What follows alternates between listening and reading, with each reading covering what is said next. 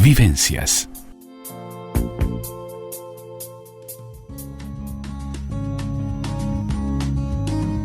Abiertamente. La columna de la psicóloga Gabriela Cuadro en Vivencias. Ya tenemos abiertamente la columna de la psicóloga Gabriela Cuadro para hablar de las personas mayores en un sistema sanitario humanizado. A propósito de esto, la Facultad de Medicina aprobó la creación de la materia Humanización de la Asistencia Médica y el objetivo fue brindar herramientas emocionales a los futuros médicos, empatía, escucha activa y también manejo de las malas noticias que serán el pilar de este curso. Le damos la bienvenida a Gabriela Cuadro y le preguntamos de qué hablamos cuando nos hacemos referencia a un sistema sanitario humanizado. Muy buenas tardes, Gabriela, muy bienvenida.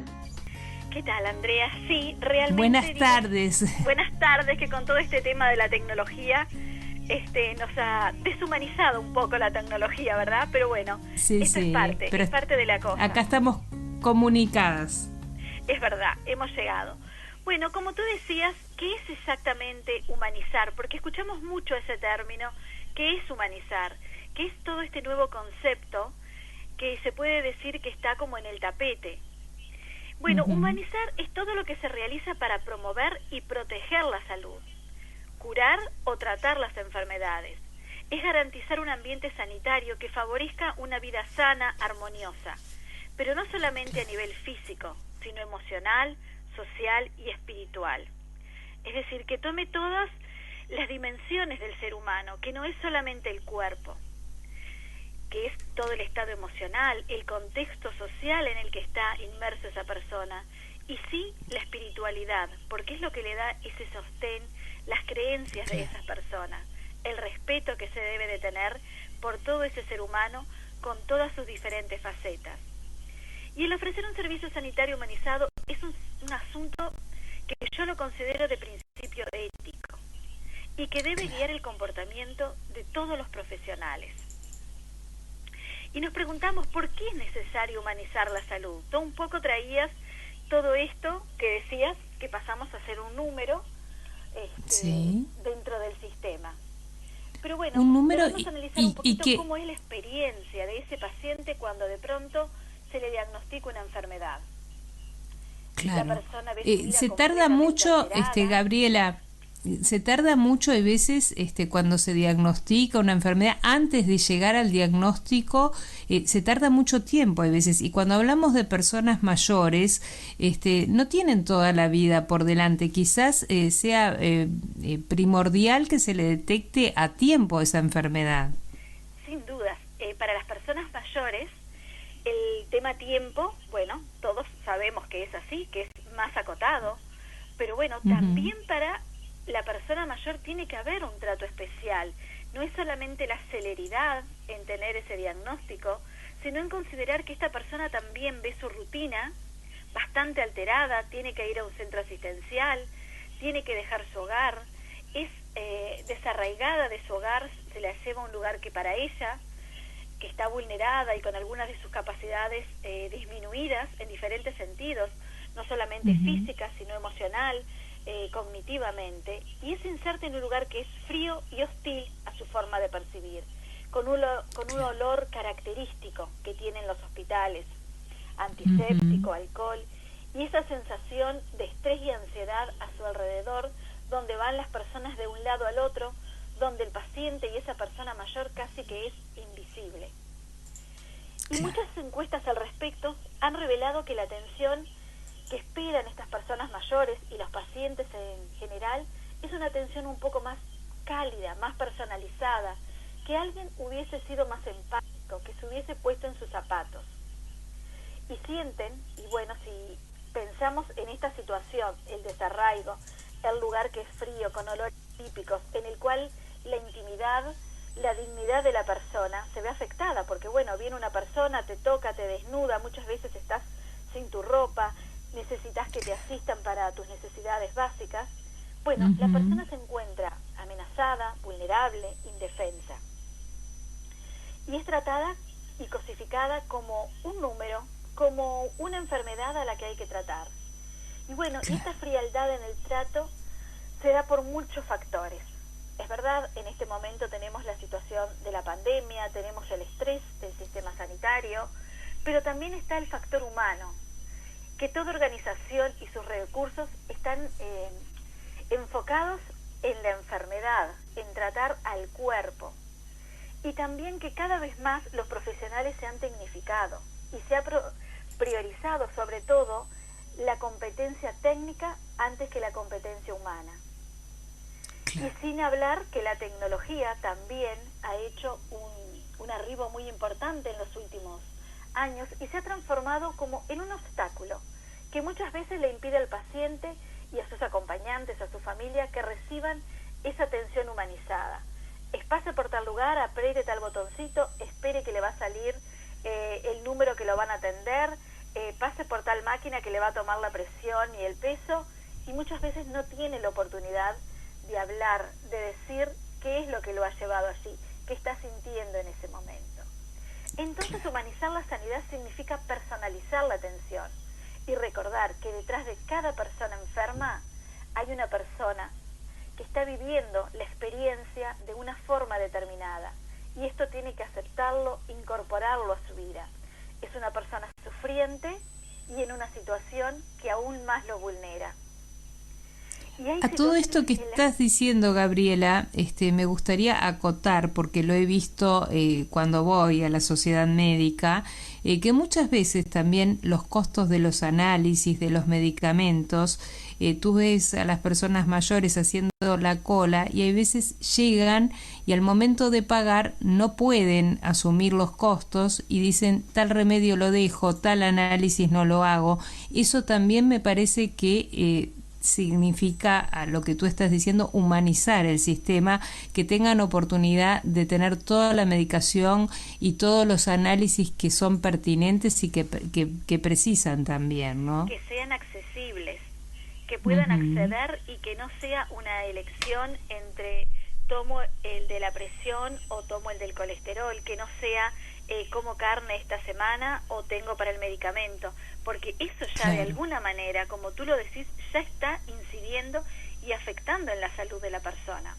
Pero también se dan otras situaciones que son muy comunes, en que va una persona mayor, porque bueno, este es un espacio para hablar de las personas mayores, en la que la persona mayor va acompañada por un familiar, pero el médico se dirige simplemente al familiar, habla del familiar, le pregunta cómo come, cómo duerme, qué actividades hace, cuando la persona mayor está allí sentada, muchas veces en capacidad de poder responder esas preguntas, y es invisibilizada, negada, sacada del sistema, cuando la ley dice que las personas, todas las personas tienen el derecho a saber su diagnóstico, su pronóstico y su tratamiento, porque pueden decidir en él.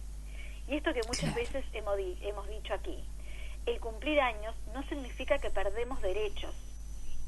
Los derechos humanos son de todos.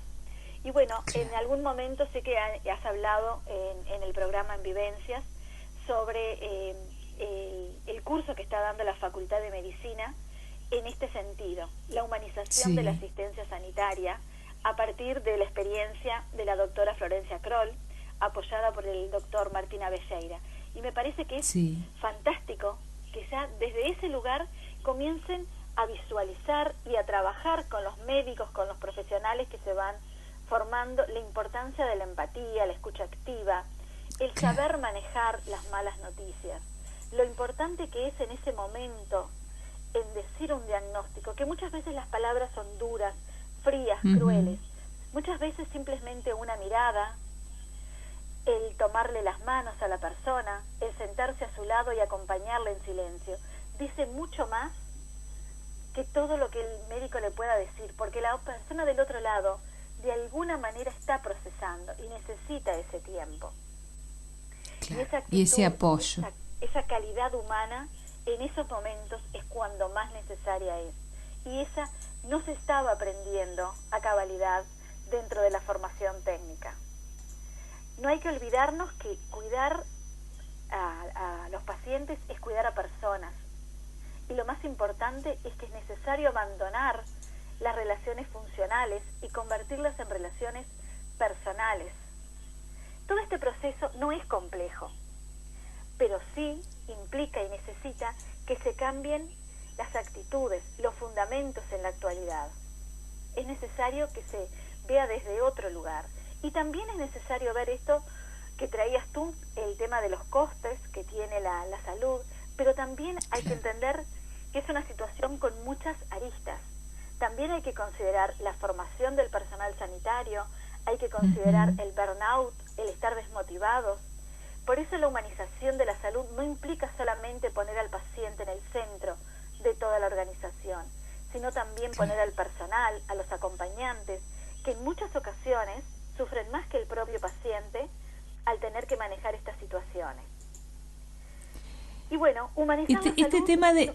Gabriela, cuando hablas de acompañantes, también cabe señalar, a propósito de lo que estás diciendo, que las personas mayores tienen que contratar un servicio de acompañantes, ya que generalmente es difícil que cuenten cuando tienen que ser internadas con un familiar que pueda estar las 24 horas ayudándolos. Entonces, a todos estos costos y a todo esto que estamos hablando de humanización de la medicina y del trato, debemos poner sobre la mesa el tema de que las personas mayores necesitan ese servicio de acompañantes, que a veces tienen que pagar más de 12 horas para que las acompañen y a veces también se les hace difícil. Creo que esto también entra dentro de los costos de la salud y que tiene que ser contemplado, ¿no? Sin duda, todo esto implica justamente eso, cambiar el ADN del propio sistema sanitario, revisar todos estos procesos, reenfocar las necesidades de las personas, tratar de eliminar cualquier proceso o acción que no añada valor, que no sea beneficioso, mejorar la coordinación entre los profesionales, mejorar el sistema de cuidados, todo esto que tú traías. Y tiene muchos beneficios el humanizar la salud, pero beneficios a nivel del paciente, de la familia y también para la propia organización. Existen muchísimos y un gran espectro de estudios que demuestran que si están bien diseñados los sistemas de salud son beneficiosos. ¿Por qué? Reducen la ansiedad del paciente, le minimizan el estrés a las personas, aceleran su recuperación, reducen los medicamentos y todo esto redunda en una baja de costos para la organización sanitaria. Al tener menos pacientes que se enferman, que están estresados, que necesitan estar internados para su recuperación, que necesitan que se les brinde este servicio de asistencia y acompañamiento, que necesitan menos estudios, menos análisis, que necesitan menos medicamentos. Y esto, humanizar la salud y considerar también al personal sanitario, redunda en personas que van a trabajar más felices, que son más productivas, que se mantienen en su ambiente de trabajo. Y no olvidemos que el ausentismo y que el cambio y el multiempleo en el área sanitaria es muy común. Y todo esto lleva a que bajen los costos, mejore la calidad atencional y sobre todo el ambiente laboral, que es lo que percibe el paciente, el sufriente que está allí. Pero para esto es necesario que se baje la burocracia, que se descentralice el poder, que hayan más policlínicas, que hayan personas capacitadas en lo que es la humanización, que no exista un exceso de demanda porque no hay una atención primaria, que las organizaciones no sean tan rígidas. Y sobre todo eso cuando te dan un diagnóstico o te informan de tu salud o la de un familiar con un lenguaje muy técnico, poco accesible. Dejan a esa persona con una carga emocional muy fuerte sin poder resolverla. Entonces, en definitiva, humanizar necesita que todos los ámbitos estén comprometidos. El político, el económico, el cultural, las infraestructuras prestadoras de servicios, la interdisciplinaridad de los equipos en ayudar a los mayores, porque recordemos que si todos trabajan en sintonía y tienen todos el mismo objetivo, vamos a tener esta dinámica a la cual aspiramos de estas relaciones más humanizadas. Por supuesto que se necesitan todos los avances tecnológicos, la inteligencia, la expertise de los técnicos, pero también es fundamental incluir la sabiduría, la empatía del corazón de las personas que prestan servicios y de las personas que reciben esos servicios, considerar lo multifacético que son los seres humanos. Tal cual, tal cual. Y esto que estás hablando del equipo multidisciplinario, de estar todos conectados y tener acceso, creo que es gran parte, que a veces hay una desconexión y para llevar un paciente adelante también es muy importante, ¿no? Es fundamental el trabajar coordinados y con un mismo objetivo, el bienestar, la salud del paciente, porque va a ser menos trabajo y menos estrés para el sistema, para el personal, y sobre todo vamos a cuidar y a proteger esa persona que está tan vulnerada dentro de ese sistema. Pero es un trabajo que reclama de todos los ámbitos, como tú mismo decías, de políticas públicas, de lo económico, la cultura, porque también las personas tienen que comenzar a demandar ese tipo de asistencias y a entender que eso es lo que necesitan y lo que se merecen. Claro.